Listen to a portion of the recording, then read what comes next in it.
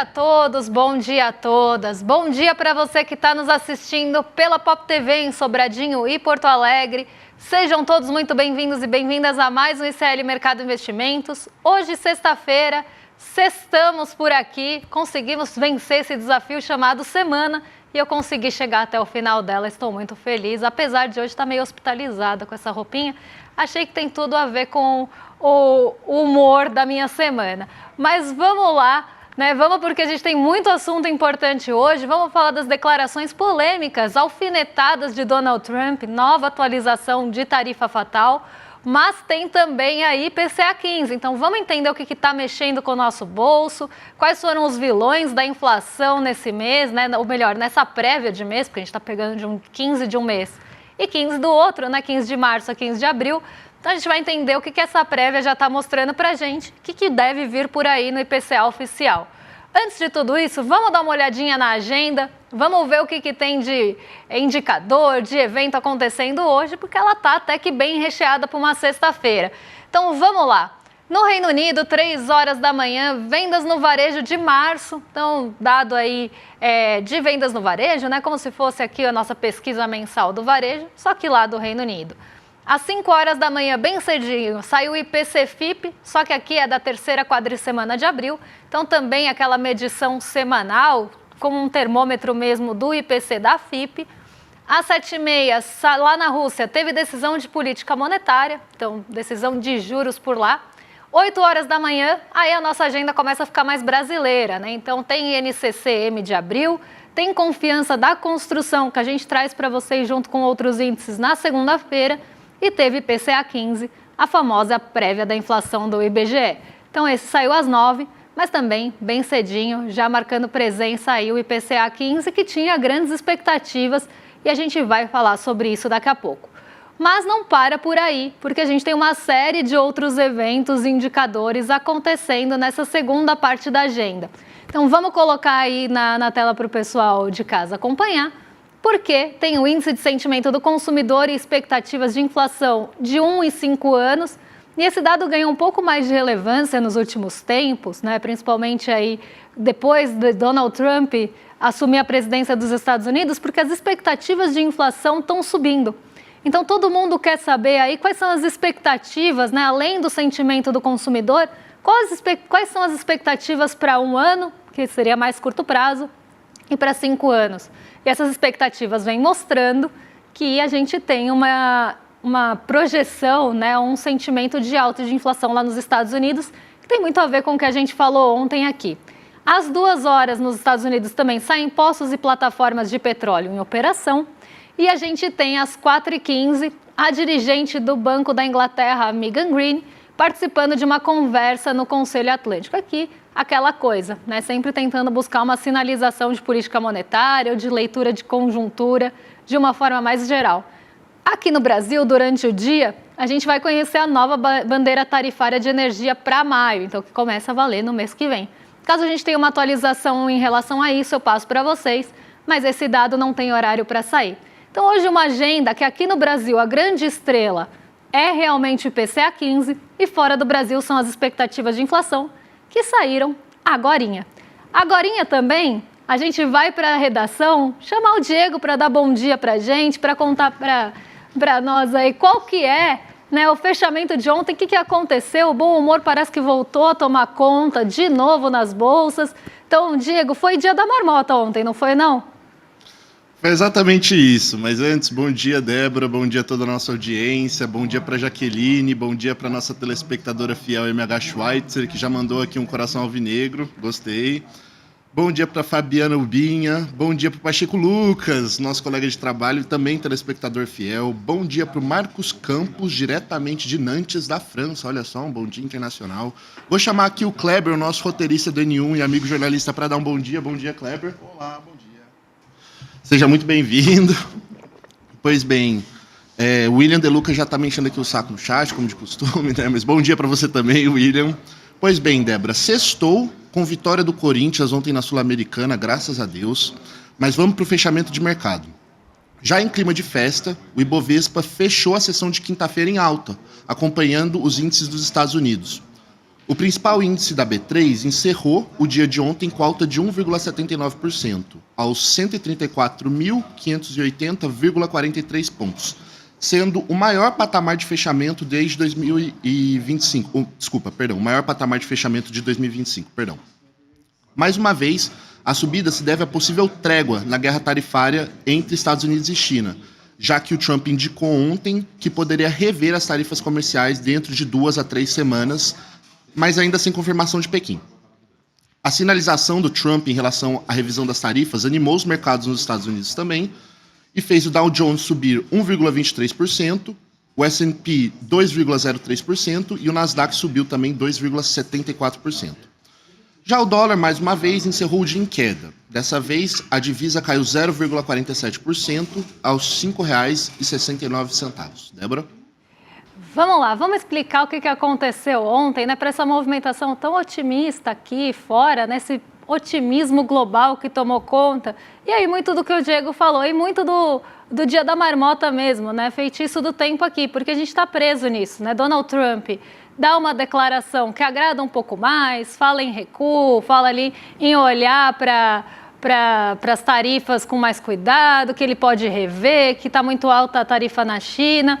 O mercado, ele já entende isso como um sinal positivo, ainda que não tenha nada concreto. E aí também gera aquela sensação de desconfiança. Porque também falar, né, até papagaio fala, que precisa de alguma atitude concreta. E a gente não tem do outro lado Pequim respondendo a isso por enquanto. Então não tem nada concreto ali, uma ligação, uma reunião agendada para os dois países conversarem. Mas como o mercado vive das expectativas, isso já trouxe ali um alívio, né? Porque qualquer alívio nessa tensão vai fazer com que os mercados respondam positivamente. Porque eles estão realmente muito acuados ali, muito tensionados também com toda essa escalada de guerra comercial. Então, qualquer alívio que se tem nessa corda, né, nessa tensão de corda, os mercados também acabam respondendo até em magnitudes maiores. Ontem foi um dia desses, antes de ontem também, por isso que eu falei que é dia da marmota, porque o motivo não mudou muito. Mas aqui no Brasil, a gente ainda teve 2 pontos adicionais, né? Não só esse alívio que veio principalmente ali vindo de Nova York, esses ventos vindos de Nova York, mas também a gente teve o diretor do Banco Central, o Diogo Guilhem, ontem falando sobre trazer a inflação para a meta. E aí uma fala que eu não gosto muito, mas que a desaceleração do país já estava esperada, que isso está na conta e que isso vai trazer a inflação para a meta. Eu não gosto de jogar a inflação para a meta na conta da desaceleração, porque a gente vai explicar daqui a pouquinho isso com mais detalhes para vocês. Mas a inflação, ela é uma média. Se você desacelera a economia, você desacelera alguns grupos da inflação. Grupos que não são os que estão mais pressionando a inflação. Então, na média, ela baixa, né? Mas você tem outros grupos que vão continuar pressionando a inflação, como, por exemplo, os alimentos que não têm sensibilidade nenhuma a juros. Aí, pois bem, você baixa a inflação na meta, você tem uma parte ali, um grupo arrefecendo, né? Então, o grupo, por exemplo, mais ligado a serviços, né? Mais ligado também à renda das pessoas, só que isso traz um custo muito grande. Porque você vai diminuir massa salarial, você pode aumentar desemprego, você traz realmente uma desaceleração da economia. Isso não deveria ser comemorado por economista nenhum. A gente tem que olhar para a inflação pelas causas que realmente estão apertando o bolso, que no caso não tem sensibilidade a juros. Mas como é uma média e precisa levar para a meta, porque esse é o maior objetivo de todos, né? Parece que é um mantra, você tem que levar mesmo para a meta e aí o mercado reagiu bem. O mercado reagiu bem, mas isso não quer dizer que isso seja bom para as pessoas. E a gente tem que saber fazer essa distinção. E quando a gente for falar de inflação, isso vai ficar um pouco mais tangível e evidente para vocês, até em números ali. Outro ponto que acabou também dando um impulsinho para a nossa bolsa foi a China, porque não sentou para conversar com os Estados Unidos, mas resolveu algumas medidas, né, e tomar algumas medidas para aumentar a liquidez nos mercados. Então a gente tem essa nova também expectativa de que a China vai continuar estimulando sua economia e isso é muito positivo para o lado das commodities. Então a gente viu, por exemplo, empresas ligadas ao setor de mineração e tecnologia subindo bem e reagindo também a esse impulso vindo da China. E falando aqui de tarifa fatal, já que a gente está falando de Trump, de China, nada novo sob o sol, mas Donald Trump falou ali né, até alfinetou alguns países, alfinetou Índia, alfinetou Brasil, falando que os países ficaram ricos aplicando tarifas nos Estados Unidos. E aí, daqui a pouquinho eu vou voltar nesse assunto, mas até estava assistindo o N1 e César Calejão falou, Donald Trump cria suas próprias narrativas, né? E eu vou falar o que ele cria também, mas vamos lá. Né? A gente tem os Estados Unidos, né, e Donald Trump nessa figura como presidente, falando que os países enriqueceram, colocando tarifa dos Estados Unidos. Isso não faz muito sentido. Né? É uma colocação ali que realmente não faz sentido de forma econômica, mas Donald Trump também fala ali o que ele quer e depois desfala, depois volta atrás, então não dá para também levar muito em consideração. Mas dados mostram que as tarifas que o Donald Trump está impondo a outros países pode sim favorecer o Brasil, mas não porque o Brasil vai responder, ou porque o Brasil colocou tarifas para os Estados Unidos, mas porque nós somos o quê? Exportadores de proteína. E as exportações de proteína estão projetadas para aumentar aqui no Brasil. Eu até coloquei um gráfico aqui, fiz um gráfico para vocês, para a gente entender como é que está sendo a projeção disso. Né? Então, por exemplo, a carne bovina, em percentual, deve sair de 28% para 28,7% a participação do Brasil ou o aumento dos embarques. Tá? Então, aqui a gente deve ter 28,7% de embarques em 2025. Aqui é projeção, tá? Mas deve aumentar bastante em relação ao ano passado. E a gente vem numa crescente ali, né? 20,4, 24,3, 24,1, 28, 28,7. Isso mostra que o Brasil deve começar a tomar alguns espaços com as tarifas, porque os países vão buscar alternativas também para importar, né, essas carnes e proteínas animais, e o Brasil deve ser um dos alvos aí desse aumento. O frango também, mas frango aqui fica praticamente na mesma, né? 36 e 36, não somos aí... não temos uma participação aí de 36% nos embarques, mas não devemos ter um aumento tão expressivo. Na carne de porco, devemos ter. Saímos de 11 para 16 e 15 para 16 aqui. Então, a gente vê, né, que as tarifas do Trump podem favorecer alguns países em relação a alguns tipos de exportação, porque justamente outros países vão buscar alternativas aos Estados Unidos, já que os Estados Unidos está colocando ali barreiras, sanções e tarifas para os países. Então o país vai falar, bom, de lá eu não vou comprar, vou buscar uma outra alternativa. E o Brasil, essa matéria não é brasileira, tá? Essa matéria é dos próprios Estados Unidos, é da Bloomberg. Então, mostra que o Brasil deve começar a tomar alguns espaços, assim como também nos insumos agrícolas. Isso, por um lado, é um problema para nós brasileiros aqui, porque a gente sabe que a maior parte da nossa produção é para exportação mesmo. Né? O agro ele é totalmente voltado para exportação e pouco alimento brasileiro. Então, a gente deve, inclusive, ter um aumento disso. Mas, por outro lado, o Brasil não deve sofrer por algum lado, vai sofrer por todo o efeito dominó, mas não deve sofrer tanto e deve ser um país que vai começar a tomar mais espaço mesmo. Então, o Donald Trump está falando de uma coisa, mas está mirando numa coisa e acertando na outra, sabe? É mais ou menos assim.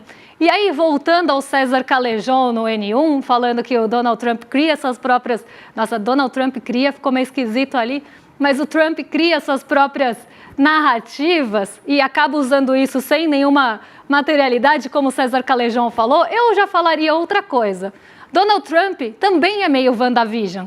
Assim como o mercado, ele cria sua própria realidade e fica operando naquela realidade estapafúrdia mesmo, colocando ali seus radicalismos, colocando as suas... Aí, ó, Donald Trump é meio WandaVision, tá aí Donald Trump e WandaVision diretamente do nosso departamento de memes aqui do Mercado Investimentos. Porque é isso, ele cria essa realidade, começa a operar e tomar decisões e políticas em meio a essa realidade que ele está usando como base. Por exemplo, países enriqueceram taxando os Estados Unidos, ou que os Estados Unidos precisa retomar esse lugar porque perdeu com os presidentes anteriores. Ele também foi presidente anterior, né? Mas vamos lá. Perdeu com os presidentes anteriores que foram fracos em não aplicar tarifas e sanções a outros países e que vai retomar esse papel impositivo. Os Estados Unidos nunca perdeu papel impositivo nenhum. Que poder é esse que eles perderam? Que riqueza é essa que eles perderam? Mas, na cabeça de WandaVision Trump, a gente tem aí essa perda de poder, essa perda de riqueza dos Estados Unidos pela fraqueza de presidentes anteriores. E a gente vê que é muito mais um discurso do que realmente uma realidade. Mas na realidade, Wanda Trump, a gente tem aí, ou Trump Vision, a gente tem né, a feiticeira escarlate meio laranja, né? Feiticeira laranjão, feiticeira orange. A gente tem aí essa realidade acontecendo e aí todas essas políticas são embasadas com pauta nisso. Mas vamos voltar para a redação, porque a gente vai vir agora para o Brasilzão para falar de inflação com vocês, porque inflação é um tema muito importante, mexe com o nosso bolso e a gente quer saber, Diego, o que o mercado estava esperando para o IPCA 15 desse mês? Então, Débora, saiu hoje, né, o IPCA 15. O IPCA 15 é considerada a prévia da inflação e foi divulgado às 9 horas da manhã pelo IBGE, o Instituto Brasileiro de Geografia e Estatística, né? E olha, o mercado financeiro fez suas projeções e acertou a bola na trave ou fez gol? A gente teve essa conversa, né, antes da gente entrar no ar, porque assim, a média das projeções para IPCA 15 de abril era de 0,43%. Que coincide com o resultado apresentado pelo IBGE. Mas a mediana era de 0,42%, uma diferença de 0,01 pontos percentuais do resultado. De qualquer forma, o mercado estava esperando uma desaceleração do IPCA 15 em abril. Era esperado que a gasolina contribuísse com a desaceleração, né? O efeito do ICMS já passou e o preço do petróleo lá fora também cedeu. Já entre os alimentos, o café, hortifruti e ovos deveriam continuar com o preço lá em cima. E com os remédios também devem pesar um pouco mais por causa do reajuste anual. Mas é isso. O mercado estava esperando aquele famoso alívio com gosto de aperto. Melhora num canto, mas ainda sem dar para sair comemorando. Antes de passar a palavra, Débora, acho que dá para emendar essa pergunta da nossa telespectadora fiel aqui nesse tema, que a MH Schweitzer, ela perguntou, né, esse aumento de exportações pode aumentar o preço da carne internamente? Então, acho que se eu fosse colocar nas minhas próprias palavras, com licença, telespectadora fiel, você acha que esse aumento das exportações pode continuar afetando essa alta da inflação dos alimentos? Débora? É uma pergunta muito boa, inclusive eu quero emendar justamente no IPCA, porque a gente vai falar de carne, a gente vai falar de alimentos de uma forma geral. Mas quando a gente pensa em inflação hoje, né, e o IPCA 15 mostra isso muito para a gente, Diego, a inflação está vindo muito pesada ainda nos alimentos. A gente tem um arrefecimento de alguns itens no grupo, mas a gente também tem uma pressão muito grande ainda, vinda, por exemplo, do tomate, né? Então, a gente volta aí com a nossa querida Ana Maria Braga, já pode voltar a usar colar de tomates, Ana Maria, porque o preço do tomate voltou a pressionar. Mas tomate, a gente precisa entender que tem sazonalidade, né? A gente tem a sazonalidade do tomate normalmente em períodos mais quentes. O tomate volta a sofrer, tem também a sazonalidade de colheita do tomate. Então, o tomate tem um caso bem específico, que ele volta a sofrer em alguns momentos. E aí ele tem essa disparada e todo mundo fica muito assustado. Quando a gente for ver o gráfico aqui, a gente vai ver que o tomate está ali disparado no mês em relação às altas, subiu 36% só esse mês, mas aqui sem surpresa nenhuma, porque a gente já tinha visto, né, a inflação, as outras prévias, então o IGP-10, por exemplo, outras prévias já mostrando isso para a gente, que ia ter sim inflação no tomate, que ia continuar tendo inflação no café e que esses itens eles iam continuar pressionando o seu bolso. Mas por quê? O tomate tem um caso ainda mais específico que envolve a temporada e a forma de plantio e colheita. Mas os outros itens de alimento estão sofrendo muito com as questões climáticas mesmo. Então o café é um exemplo, o cacau na África, né, a gente falou bastante de chocolate esses dias, o cacau na África está sofrendo do mesmo problema que o café. Né, os frutos não tão bons, as folhas não tão boas, tá tudo ali numa qualidade muito ruim pelas questões climáticas e o café é um exemplo muito parecido. Né? A gente vê as plantas de café com frutos menores, a folha também não está absorvendo como deveria e o café tem um porém ainda, né? Ele aborta as frutinhas quando ele acha que ele precisa disso para sobreviver, então a colheita também fica diminuída, mas a gente não pode esquecer, e aí voltando, né, a pergunta da nossa espectadora, é que a gente exporta muito, né, e o preço para fora está muito atrativo. Então, né, no momento de alta de um preço de commodity, o que o produtor da commodity vai fazer? Ele vai exportar com um preço maior no mercado internacional e ainda em dólar, que também está ali mais alto, apesar do arrefecimento, ou ele vai manter aqui para a produção interna? Nessa situação, ele vai escolher exportar. E o que ficar aqui, gente, não vamos ser inocentes nem bobos, não vamos pegar o limão e jogar no lixo ali com inocência, porque a gente tem um mercado que, se você tem uma paridade de dólar ali que está alta, o que ficar aqui vai ser vendido também por essa paridade. Não vamos pensar que alguém é bonzinho que vai vender mais barato aqui, sendo que pode vender para o mercado de fora mais caro. E normalmente de café o que sobra aqui é resto mesmo. Pensando em carnes, aí, em relação a carnes, se a gente começa a ter uma pauta exportadora maior, isso também entra nessa lógica. Se tiver um preço mais alto lá fora e for mais favorável vender e exportar e embarcar, vai vender, exportar e embarcar. O que ficar aqui também pode ficar mais caro. Primeiro, porque a disponibilidade vai ser menor. Segundo, porque sim, a gente vai vender ainda com paridade cambial. Então, se você pode exportar com dólar a 5,68, que mantiver aqui também vai ter ali um preço parecido com isso, com essa paridade. Então, sim, se a gente começar a exportar muito e voltar, e já é muito voltada, tá? Nossa produção de proteína animal já é muito voltada para fora. Então, nenhuma novidade aqui. O que pode acontecer é essa proporção aumentar e a disponibilidade aqui ficar menor. E aí entra outro problema. Se a gente voltar a ter algumas questões envolvendo ali o gado engordando, eu ia falar engorda do gado, mas fica muito esquisito, né? Mas o gado ali não conseguindo engordar por questões também climáticas, de solo e tudo mais, que foi um problema que a gente viu no ano passado, isso pode pressionar ainda mais o preço, a oferta vai ficar menor, boa parte exportada, e o que fica aqui, a gente sabe que vai acontecer. Então, sim, isso pode pressionar, ainda não está pressionando, e a gente vai ver agora como ficou o IPCA 15, porque realmente, na média, o mercado acertou. Só que na média, assim, né? Se você tem um paciente ardendo em febre e um que está com a temperatura muito baixa, na média a gente vai estar 36 graus, né? Então teve gente, né, agentes do mercado ou instituições financeiras que jogaram o IPCA lá para 0,60, teve gente que jogou o IPCA para 0,30. Então, na média, o mercado acertou. Na mediana, que é o que divide ali o conjunto em duas partes, bem no meio, ficou em 0,42. Quando a gente tem uma média e uma mediana próxima, isso quer dizer que não teve tanta dispersão do conjunto de dados. Então, eles ficaram, na maioria das vezes, ali no intervalo de 0,43. O piso, como eu falei, foi 0,38, o teto foi 0,52, então, na média, o mercado acertou.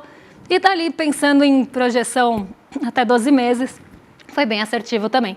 Agora, vamos ver o que de fato aconteceu com o IPCA 15, porque isso é projeção, a expectativa do mercado. O IPCA 15, ele ficou em 0,43, aqui é só a distribuição, tá, gente? Então, a maior parte das pessoas realmente ficou ali entre 0,41 e 0,44.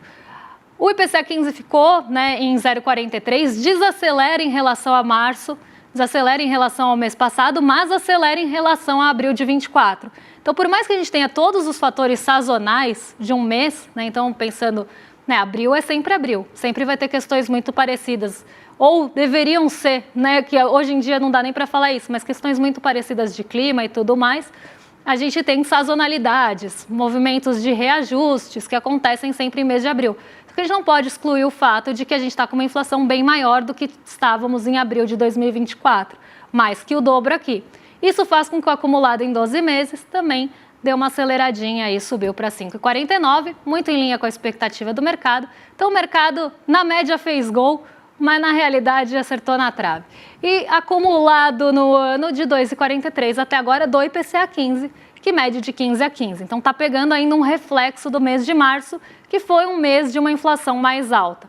Então ele está pegando ainda um pouco disso, mas desacelerando. Então mostrando que tem alguns itens sim que já estão desacelerando. Mas quando a gente olha o impacto por grupos, eu acho que esse é o gráfico, a tabela que eu mais gosto, porque mostra ali para a gente, né, quanto cada grupo contribui em impacto por IPCA. Então, por exemplo, o grupo de alimentação subiu 1,14. Mas quanto disso contribuiu para o IPCA subir 0,43? 0,25. Mais da metade do impacto do IPCA veio do grupo de alimentos e bebidas, porque ele tem uma proporção ali, né, na média ponderada grande, e porque a gente teve um aumento bem agressivo ali de 1,14. Habitação subiu 0,09 e contribuiu com 0,01, tá, em ponto percentual ali na composição. E olha que curioso, né? A gente tem Artigos de residência subindo 0,37 e também contribuindo com 0,01. Então, a gente vê aqui que o peso da habitação na composição do IPCA é maior do que artigos de residência. Então, se dá mais peso a isso. E por isso que eu sempre falo que a inflação é sentida de forma diferente pelas pessoas. Vestuário 0,43, transportes realmente arrefeceu. A gente tem a dissipação mesmo do ICMS, que pesou bastante no mês anterior. Então, ele arrefece aí 0,44 e tem uma contribuição negativa, puxa o IPCA um pouco para baixo. Então, ao mesmo tempo que a alimentação e bebidas está puxando muito para cima, isso está sendo equilibrado aqui pelos transportes. Saúde e cuidados pessoais, aqui importante também, tá? 0,96 de alta e uma contribuição de 0,13, também um peso relevante aí na composição do IPCA. E quem puxou isso para cima aí, né? Quem que deu esse impulso? Remédios que foram reajustados e alguns planos de saúde. Então, a gente já pode esperar, quando vier a inflação por extrato de renda, rendas médias e altas vão sofrer um pouquinho mais, caso isso persista aí na medição final de abril, porque são rendas mais sensíveis a esse tipo de aumento. Então, na parte de planos de saúde principalmente. Mas remédios tiveram uma parcela importante aqui e isso também não vai ser resolvido com taxa Selic. Educação subiu 0,6, mas não contribuiu. E comunicação, embora tenha subido 0,52, mais do que outros grupos, só contribuiu com 0,02. Agora vamos ver nos itens, né? Que eu acho que esse é o ponto mais importante. Esse é muito importante, eu gosto muito, porque materializa essa coisa de as pessoas não sentem da mesma forma, porque se seus gastos estão mais focados em remédios e saúde, você vai sentir de uma forma. Seus gastos, seu orçamento é mais destinado para alimentação e bebidas, seja fora ou dentro de casa, você vai sentir a inflação de outra forma. Então, por isso que eu gosto tanto dos impactos ali. Mas vamos lá, quem que contribuiu de forma positiva e negativa ou quem contribuiu com a alta e contribuiu com a queda? O feijão carioca voltou a subir 2,51, mas o arroz, por sua vez, caiu 3,07. A batata volta aí, tinha tido uma trégua dos tubérculos, né? Mas os tubérculos voltaram, então a batata com 4,66. O vilão da vez, a Ana Maria, como eu falei, tá ali o tomate com 32, eu falei 36, desculpa, é 32,7 de alta. Então o tomate pressionando bastante aí a inflação ainda. O café, por mais que tenha subido menos do que nos outros meses, continua subindo, então a gente tem que pensar no acumulado disso. E o acumulado já está bem alto, porque o café está subindo mês após mês, né? Então continua tendo essa pressão, e eu já falei por que o café está tão caro. Hortaliças e verduras voltam a subir, então a feira, né? Itens de feira, itens mais sensíveis a calor, itens mais perecíveis, produzidos ali perto das cidades, voltam aí para a inflação. Então, hortaliças e verduras, tomate, cebola, a própria batata que estava dando trégua. Então, a gente começa a ter de novo esses itens aparecendo no IPCA 15, muito aí em decorrência de questões climáticas também e sazonalidade. Então, as questões climáticas penalizam muito, né, as verduras, as hortaliças, porque elas são mais sensíveis mesmo ao clima. Elas sofrem com calor. Se tiver também um frio ou uma chuva, elas vão ali estragar mais rápido também. Então, a gente continua tendo essa pressão. Pode voltar ali no gráfico, eu já estou terminando. As frutas também entra no mesmo grupo aqui, 0,85 de alta. As carnes caíram um pouquinho, eu falei que eu ia chegar nelas. Caíram um pouquinho esse mês, assim como mostraram os índices da FGV. Então, a gente pode começar a ver uma deflação, né, e uma trégua da carne, do preço da carne, mas no acumulado ainda está muito alto, porque subiu muito no ano passado, principalmente do meio para o fim do ano. Leites e derivados aqui aparecendo de novo, com 1,56 de alta. A energia elétrica agora deu trégua mesmo, depois de tirar do efeito de Itaipu, ela também recuou. A gasolina, que eu estava falando agora, caiu 0,29 e o etanol também, por conta dessa dissipação do que a gente viu, porque aqui a gente está vendo variação mensal, né, de mês a mês. Se subiu muito num mês ali, né, a gente espera uma trégua que quando esse efeito se dissipar do ICMS. Então aqui, gasolina, etanol e diesel também tem esse efeito aí, uma contribuição para a queda do IPCA. E IPCA 15, aqui no caso, o óleo diesel caiu 0,64 e pode ainda ter um efeito que não foi capturado da diminuição do preço do diesel. E isso é um bom ponto, porque a gente sabe a dependência que o Brasil tem de malha rodoviária, e o diesel aqui em arrefecimento vai diminuir o preço de frete, pode contribuir um pouco segurando ali o preço de alguns itens que são levados por malha rodoviária, mas a gente tem toda a questão climática ainda pesando, e no caso do tomate, sazonalidade junto. Acho que vou fazer um vídeo de tomate para a gente entender por que usar colar de tomate não faz tanto sentido, embora a gente brinque muito com isso. Agora eu vou deixar o meu último recadinho para vocês antes de sextar e entregar o rolê de sexta, ou pro rolê de sexta, né? O iclmercado.com.br é o link que você tem que se inscrever para quê? Para assistir o nosso documentário Folha Corrida no domingo, falta só 2 dias e a gente vai chegar aí, tá chegando já o domingão com o cinema, com um documentário aí bem importante, dia 27, às 8 horas, então domingo já marca aí e já se inscreve, não só para lembrar de assistir, mas também para garantir seu ingresso, já que é online e grátis. Mas para isso você tem que pegar o ingresso aqui com a gente, iclmercado.com.br é o link que você tem que usar. Então você vai assistir aí Folha Corrida, daqui a pouquinho vai passar o teaser para vocês. E já falei muito, mas não vou me alongar tanto, mas vou repetir aqui que é algo bastante importante para a gente trabalhar a memória, que é uma falha que a gente tem aqui no Brasil de não ter trabalhado tão bem a memória do período da ditadura militar. Então assistam, que com certeza vai ser aí uma apresentação incrível para vocês de como alguns veículos, e principalmente alguns veículos especificamente, contribuíram para esse período e como contribuíram com isso. Então, aí um cinemaço de domingo, para fechar a semana muito bem aí no finzinho do domingo, para não dar aquela depressão de domingo, assiste Folha Corrida, porque aí você vai ver um grande episódio. E agora sim, nada melhor do que sextar com rolê. Então eu vou entregar para os nossos vizinhos de cima, William Deluca e Guga Noblar. E para quem perguntou, é porque o mercado está na UTI, que você falou que você está com uma roupa meio hospitalizada hoje, não é porque eu estava ruim, péssima da garganta, e eu estava mais me arrastando que qualquer coisa. Então por isso que eu falei que o Luquinho veio a calhar. Então agora vocês estão com o Rolê ICL na sequência. Segunda-feira estou de volta, espero estar 100% aqui. E a gente vai contar para vocês o que tem de mais importante, que mexe com o seu bolso, com a sua bolsa e com a vida, Então, até lá, pessoal.